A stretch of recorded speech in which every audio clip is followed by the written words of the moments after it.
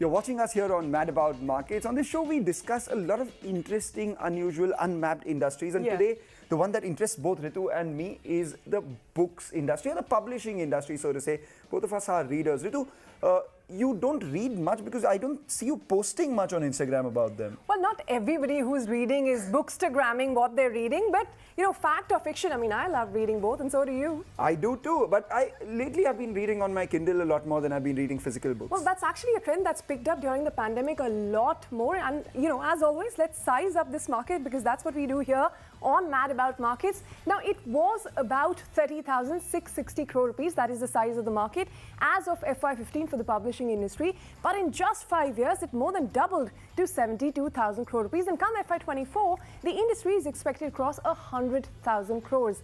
Now, here are some facts about the publishing industry in India to give you a context of what we're really talking about. Now, India is the third largest publisher of printed books globally, and it is the second largest English print book publishing market, which is just after the United States. However, the industry remains highly fragmented, and it is quite competitive because we have more than 24,000 publishers along the market with a substantial unorganized segment as well. Now, India is a country with 20 languages officially, 1,600 plus regional languages. So it's not really surprising that almost 47% of the leisure books that you and I read that are sold in India are sold in regional languages. Now, the share of foreign publishers in India, that is estimated at around 10 to 15% of the overall market. And lastly, in terms of what are the biggest costs for the publishing industry today, it is paper, because that alone contributes, you wouldn't believe, almost 60% of the overall cost of publishing. And the way paper prices are increasing, this is only set to increase. Thank you for setting the industry up so well as far as publishing in India is concerned. But if you just take a look at the two broad segments of India's publishing industry, and well, the smallest part is the trade segment. This is books that you and I read for leisure. Most importantly, these are the ones which are traded in the market as well. 96% of the books in the country are actually educational books, academic books, etc. So a large part of India's publishing industry comprises of the non-trade segment, as against other countries where the contribution of the trade segment is a lot more. Now, if you just take a look at the non-trade segment, the 95% of the industry that we're talking about, 71% comprises of your educational books, which is your KG to 12 standard books, and 24% are academic books, the kinds for higher education, etc. The remaining 4%, which is leisure books, of which 47% is sold in regional languages, 55% accounts for non-fiction. A large part of that perhaps is self-help and management books as well. 25% is children's books, and fiction accounts for just about 20%. 20% of 4% is the fiction market in India. Ritu, are you a fact reader or non-fiction reader or a fiction reader? You know how they say, right? Fact is stranger than fiction, and fiction about fact. I think that is my favorite genre. But on that note, let's invite our guest on the show. We're joined by Ashwin Sanghi, who's a famous Indian author, Anantha Padmanabhan, the CEO of HarperCollins India, Rajesh Pasari, who's the Managing Director of Macmillan Education, and also with us is Vikrant Mathur, the Executive Director of Nielsen BookScan. Gentlemen, thank you very much for joining us here. Anant, I'll begin with you. What proportion of your sales are you currently seeing from physical bookstores versus online? In the pre-pandemic world, it used to be 5 out of 10 books were sold in bookstores. It's now down to 3 out of 10 books, but it's growing. We are seeing as more and more bookshops are coming up, especially for children's books. I think it's important for a child to be able to touch, feel, or even for the parent to see the book, and we're seeing that happening a lot more. So let's say at about December, let's say we were selling 70% through online, 30%. I think it'll be more towards a 60-40 as more and more bookshops open. We are seeing fantastic business in the airport bookshops. A lot more people are traveling now. We're seeing great business of physical stores for children's. Adult bestsellers tend to be purchased online because you don't have to check it for size or color, so people buy more. But the advantage there when you order online is people are buying more than one book at a time. So 60-40 will be a good mix. 6 out of 10 online, 4 physical, because discoverability, or when you know what you want, you might go online. But when you're looking for a good book to read, I think you want to stand and browse, and that's a habit that you can't take off people. Interesting perspective there. More people traveling, so more buying from the airport bookstores, etc. And when you buy online, you obviously buy more than one book. I'm guilty of that as well. But Vikrant, coming to you, can you throw some light on the rate at which the sub-segments of the publishing industry are likely to grow at? The sectors which are growing, I think it's an educational sector which is growing tremendously over 20-24%. And the kind of growth is coming out because of we are the largest enrollment in the school market, while we are in the higher education, we are third largest enrollment by students. If you look at the other two, which are China and US, outside that, India is the biggest market in the higher education space. And that's the reason of India continue to remain the solid growth market. We continue to grow the educational sector, as I said, over 24%. While if you look at the other market, which is the leisure reading, that's also growing about 12% year-on-year basis. Well, interesting numbers then. We'll get to why the education part of the publishing industry is growing faster thanks to a lot of policy support. But Ashwin, let me come to you because you're also an author. What is the kind of opportunity that you're looking at in publishing? The market has really changed the last couple of years. You started out as a self-publisher. Now, what do you see as some of the challenges as the industry has grown? I started out in 2003 and I completed my first book in 2005.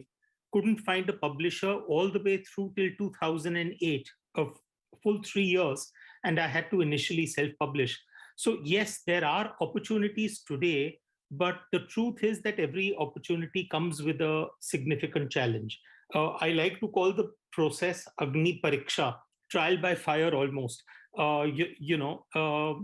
The well-established literary agents, for example, in New York or London, they receive almost around 100,000 unsolicited queries in a year. And for example, one of the most reputed agencies a couple of years ago only took on 4 new writers during the year. So what are the odds of actually getting representation from one of these biggies? So the truth is that it's not about how good a writer you are, it's more about how thick-skinned you are. The necessary condition for getting an agent or a publisher is to write well, but the sufficient condition is to keep knocking on doors, rejection after rejection. Take that point. But, just to understand why non-trade books are actually dominating, picture this, the publishing industry in India is an essential part of the Indian education system. There are nearly 250 million K-12 or KG to class 12 students and more than 35 million higher education students in the country. These students rely primarily on books as their primary medium for learning. The fact that the trade segment is largely unorganized means that non-trade dominates all the more. So that explains why, we have 96% of the industry, which is almost exclusively dedicated towards education and higher education, whereas leisure accounts for just around 4%. Yeah, and to take that forward, even though print books are currently dominating the publishing landscape in India and digital formats account for a very small share of the market at about 8 to 10% is the latest data that we have as of 2019. And this is expected to have improved because audiobooks and e-books are expected to be critical growth drivers in the future. The increased penetration of technology and internet into the lives of Indians, that is bound to change the way we're consuming knowledge as well sooner than later, which is why you're seeing the shift in the increasing significance of digital books. That's correct. So, that's let's pose that question to Rajesh itself. Rajesh, what according to you is the penetration of digital been like in the past few years, pre-pandemic and post-pandemic? So, if you ask me, digital pre-pandemic was never a new phenomena. If you look at specific to, a company like Macmillan, which has been at the forefront of curriculum in India for the last 1 century or more than a century, we have been investing into digital, through interactive whiteboard solutions, apps, and digital products. That's why I said it's nothing new. But yes, during pandemic, one thing which really gained prominence in the market is the emergence of blended learning. LMS solutions with a host of services built around it has actually become big, in terms of and critical for growth for a lot of publishing houses. Let's take a look at some of the emerging channels as well that could further boost the growth of the publishing market in India. And the biggest one of them all is online retail, which accounts for nearly 50% of trade books. So nearly 3% of the overall books which are sold in some titles could actually be online as well. Books are being sold via subscription and bundle packages as well. So if you are, buying books via subscription models where a book comes to you every month, or bundle packages where you get, say, the entire collection of an author, etc., that's emerging as an interesting channel. Open access, free to users. A lot of universities, a lot of academia, they're giving access to users for free to a lot of the research that they have. So that could be an interesting channel. And finally, self-publishing benefits. We've been speaking about eliminating the middleman here, whether it be D2C, whether it be, logistics or anything of that sort. Self-publishing is one of those channels which is emerging as well, where people just print their own books and publish and publicize it online. All right, let's put that question to the author. Ashwin, what are the alternate revenue sources for you now? Is it more lucrative to be an author today, or do you think you'd rather be in the publishing businesses? Today, we are now looking at an environment where people are not looking for writers, people are looking for content producers. So in that sense, you may have written a story which may have worked either well or not so well as a book, but it may lend itself very well to an on-screen adaptation, either in the form of OTT or in the form of a movie.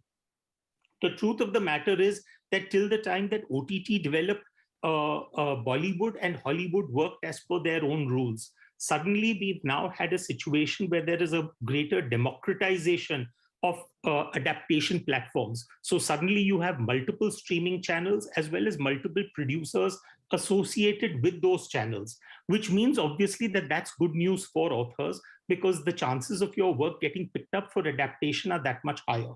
Very often the amount that an author may make in the form of his initial advances and subsequent royalties may be the amount may be far greater by in terms of the dollar and cents that he or she earns from the adaptation rights. That is one. Second is that nowadays we are talking about multiple spin-offs that happen even beyond movies and OTT. For example, now video gaming has become big. So you look at the number of movies and franchises which are leading into video gaming. That's again a whole new ballgame. So books are not the only source of revenue for authors these days. It is lucrative because you have a lot of OTT series as well as movies being made. Ritu, any movie that you like which was based on a book and you liked the movie better? Well, I would say the books are always better. I mean, take for instance the Lord of the Rings, Harry Potter series. I mean, the books are so much better than what we see on television, but that's just, of course, a personal choice. What would you say of The Godfather?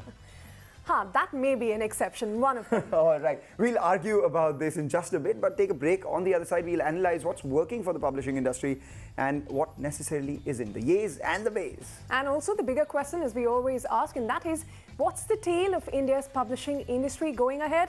That and more when we